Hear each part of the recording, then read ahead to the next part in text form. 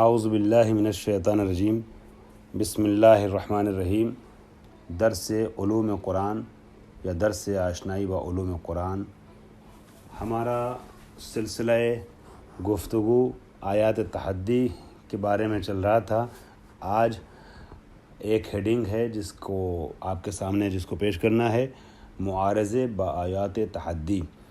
جو قرآن مجید کی آیات تحدی ہیں، جو مبارزہ طلبی کی بات کر رہی ہیں کہ اس کے جیسا کلام لا سکتے ہو تو لے آؤ، اس سے معارضہ اور اس سے ٹکرانے اور اس کا مقابلہ کرنے کی کوشش کی گئی، اور جب بھی کوشش کی گئی تو لوگ ناکام ہوئے ہیں۔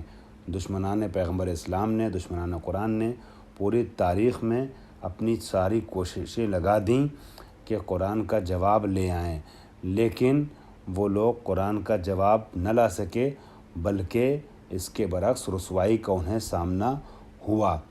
اور تاریخ میں بعض معارضوں کا، بعض مقابلوں کا تذکرہ بھی کیا گیا ہے کہ جن کو دیکھنے کے بعد عبرت حاصل ہوتی ہے اور تعجب بھی ہوتا ہے اور حیرت بھی ہوتی ہے کہ کس طریقے سے قرآن سے مقابلہ کرنے والے، معارضہ کرنے والے رسوائی کا شکار ہوئے ہیں اور قرآن کی بالادستی قائم رہی ہے۔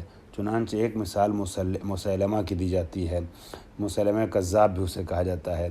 مسیلمہ کذاب کے سلسلے ملتا ہے کہ وہ قرآن کا جواب لانے کے سلسلے میں بے وقت اور اوچھے سے کلمات جو ہے وہ عربی میں ذکر کرتا ہے اور بتانا چاہتا ہے کہ ہم قرآن کا جواب لا رہے ہیں۔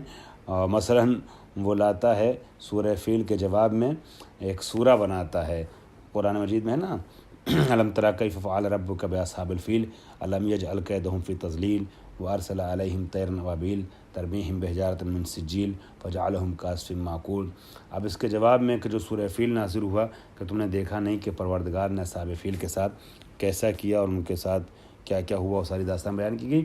اس کے جواب میں لاتا ہے کہ الفیل ما الفیل وما ادراک ما الفیل لہ ذنب وبیل وخرطوم طویل۔ عجیب بے تکی باتیں کہ فیل تم اور کیا ہے فیل، اور تم کیا جانو کہ فیل یعنی ہاتھی کیا ہے، ہاتھی اور کیا ہے ہاتھی، اور تم درک نہیں کر سکتے کہ ہاتھی کیا ہے، ٹھیک ہے۔ اس کو لمبے لمبے سونڑ ہوتے ہیں، بڑے بڑے یہ ہوتے ہیں تمام چیزیں۔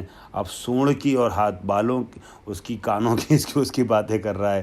سورہ فیل میں جو ہے وہ معرفت سے لبریز باتیں کہی گئی ہیں کہ فیل کے لشکر کو تم نے دیکھا نہیں کہ کس طریقے سے اللہ نے جو ہے اپنا ایک معجزہ ظاہر کیا ہے کہ وہ اتنے بڑے جانور پر سوار ہو کر کے آنے والے پورے لشکر کو اللہ نے ایک معمولی سے پرندے یعنی ابابیل کے منقار میں مسور کے دانے کے برابر یا اس سے چھوٹے پتھر تھے اور اس سے بھوسا بنا دیا، اور اس طریقے سے جو ہے وہ خانہ کعبہ کو بچا لیا۔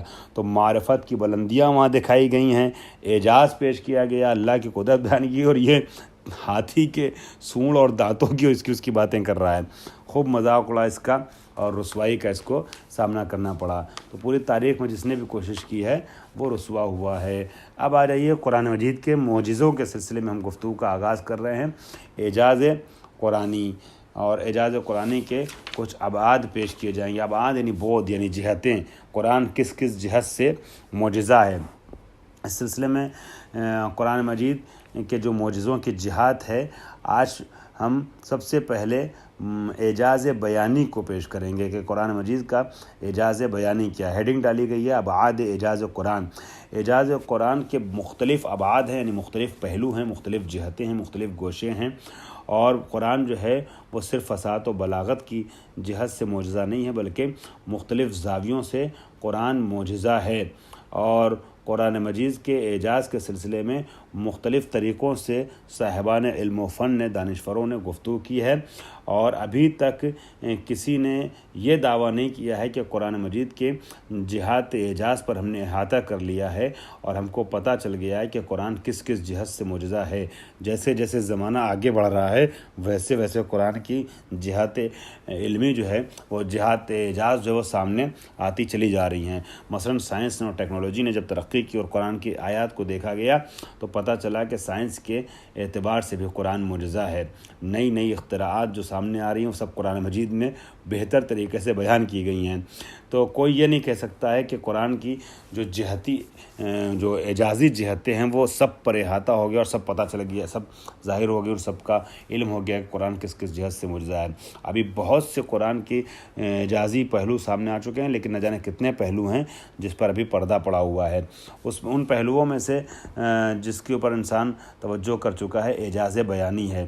اعجاز بیانی کی طرف اشارہ کرتے ہوئے گفتگو کرتے ہوئے صاحب کتاب فرماتے ہیں کہ ادیبوں نے اور عرب کے سخن شناسوں نے فصاحت و بلاغت کے اعتبار سے قرآن مجید کو بے نظیر قرار دیا ہے۔ بیان کے لحاظ سے، علم بیان کے لحاظ سے، فصاحت و بلاغت کے لحاظ سے قرآن مجید جو ہے بے بدیل کتاب ہے۔ خداوند متعال نے اپنے مقصد کو بہترین طریقے سے پیش کیا ہے اور اچھے انداز سے بیان کیا گیا ہے، خوبصورت الفاظ کا استعمال کیا گیا ہے، بہترین آہنگ کا اس میں استعمال ہے۔ قرآن مجید میں عبارتیں بڑی سجی ہوئی ہیں۔ یہ ساری چیزیں جو ہیں وہ قرآن مجید کے اعجاز بیانی کی طرف اشارہ کرتی ہیں۔ ایسے الفاظ کا استعمال کیا گیا ہے کہ جن الفاظ کا استعمال اس جگہ پر نہایت مناسب تھا۔ الفاظ اور معانی کی آپس کی ہم آہنگی کا خیال کیا گیا ہے۔ عبارتوں کا انتخاب اس طریقے سے کیا گیا ہے کہ مقام حال کی اقتضا کو پورا کرے وہ لفظ جو استعمال کیا جا رہا ہے، اور قرآن مجید کی جو زیبائی ہے، جو خوبصورتی اس کے آہنگ کی، وہ ایسی جذاب اور ملکوتی ہے کہ سب کو اس نے اپنی طرف جذب کر لیا ہے۔ ٹھیک ہے، سب جو ہے اس کو البتہ محسوس کر سکتے ہیں کہ کیا آہنگ پایا جاتا ہے قرآن کا اور کیا جذابیت پائی جاتی ہے اور کیسا اس کا خوبصورت انداز اور شیوہ اور طریقہ ہے اور کس طریقے سے رسا کلام ہے قرآن مجید کا۔ جو لوگ زبان عربی سے واقف ہیں، اس کی فصاحت اور بلاغت سے واقف ہیں، وہ باقاعدہ درک کر سکتے ہیں کہ قرآن کی خوبصورتی کیا ہے، قرآن کی فصاحت و بلاغت کا معیار کیا ہے۔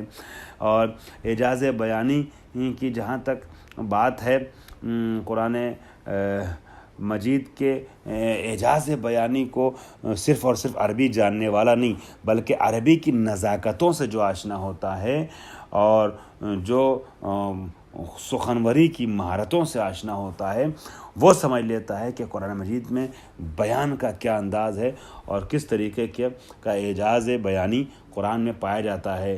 چنانچہ ولید بن مغیرہ مخزومی، عقبہ بن ربیعہ، طفیل بن عمر وغیرہ، یہ لوگ وہ تھے جو فصاحت و بلاغت کے لیے مشہور تھے قرآن مجید کے۔ انہوں نے قرآن مجید کی فصاحت و بلاغت کا اعتراف کرتے ہوئے علم میں بیان قرآن یا اعجاز بیانی قرآن کے سامنے گھٹنے ٹیک دیے۔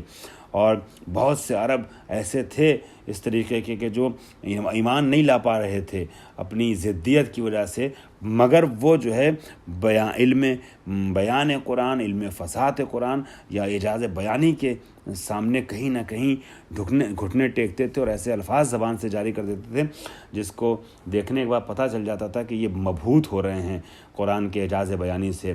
اور ابھی کچھ ذرا سی اعجاز بیانی کی جھلکیاں آئندہ سطور میں پیش کی جائیں گی، اس سے واضح ہو جائے گا کہ قرآن مجید کے اعجاز بیانی کی منزلت کیا ہے اور رتبہ کیا ہے اور اس کا معیار کیا ہے۔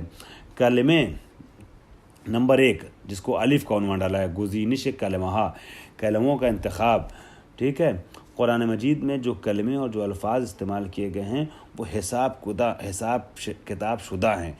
کون لفظ کہاں رکھا جائے، کتنی بار استعمال کیا جائے، کیسے استعمال کیا جائے، ٹھیک ہے، یہ جو ہے وہ بہت اہم چیز ہے۔ اگر صرف کلمات کے انتخاب اور اس کے استعمال کی جگہوں کو غور کیا جائے تو انسان سمجھ جاتا ہے کہ کیسا طرز بیان ہے قرآن مجید کا۔ مثلا آپ لفظ قصاص کو لے لیجئے۔ قصاص کے سلسلے میں جو آیت آئی ہے قرآن مجید میں، وَلَكُمْ فِي الْقِصَاصِ حَيَاتٌ وَلَكُمْ فِي الْقِصَاصِ حَيَاتٌ یا اولی الالباب لعلکم تتقون، اے صاحبان عقل و شعور، قصاص میں تمہارے لیے حیات ہے، زندگی ہے، شاید کہ تم اس راز کو سمجھ پاؤ۔ اب قصاص جو ہے وہ علم فقہ میں استعمال کیا جاتا ہے اور قانون معاشرتی اور سماجی کا ایک حصہ ہے، قانون مدنی کا ایک حصہ ہے قصاص۔ قصاص کیا ہوتا ہے کہ جب کوئی کسی پہ ظلم کرتا ہے، مثلا کسی کو قتل کر دیتا ہے، تو قتل کا بدلہ قتل، اس کو کہتے ہیں، بدلے لینے کو کہتے ہیں، انتقام لینے کو کہتے ہیں قصاص۔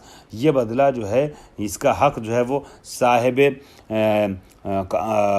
وارث کو بھی ہوتا ہے، لیکن وارث سے زیادہ حق جو ہے حاکم شرع کو ہوتا ہے، حاکم اسلامی کو ہوتا ہے، اور اگر وارث نہ بھی ہو وہاں پہ بھی حاکم اسلامی جو ہے وہ قصاص کا حکم لگاتا ہے۔ اگر کوئی وارث نہ ہو، تقاضا کرنے والا نہ ہو، تب بھی قصاص کا حکم لگاتا ہے۔